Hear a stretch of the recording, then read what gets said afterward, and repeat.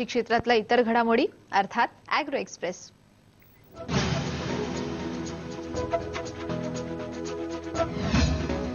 दुष्काळाच्या तीव्रतेमुळे औरंगाबाद, जालना आणि बीड जिल्ह्यातील किमान 3694 हेक्टर क्षेत्रावरील फळबागा नष्ट झाल्या आहेत।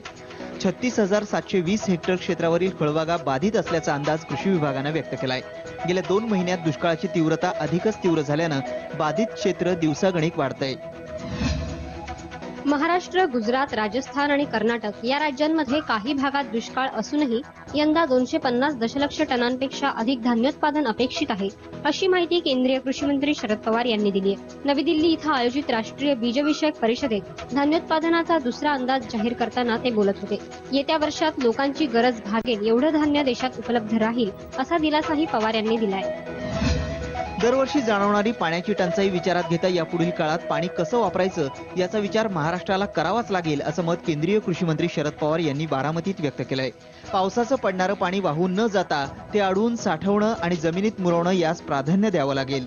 ऊस आणि फळबागांना प्रवाही पद्धतीनं पाणी देणं बंद करून ठिबक सिंचनाचा वापर अनिवार्य करण्याची वेळ आल्याचंही त्यांनी सांगितलंय।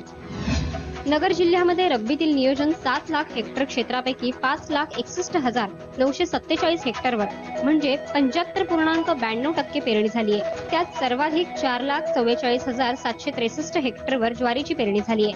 60,846 हेक्टरवर एकत्रित रब्बी कडधान्य तर 1,089 हेक्टरवर तेलबियांची पेरणी झाल्याची माहिती कृषी विभागाने दिली आहे।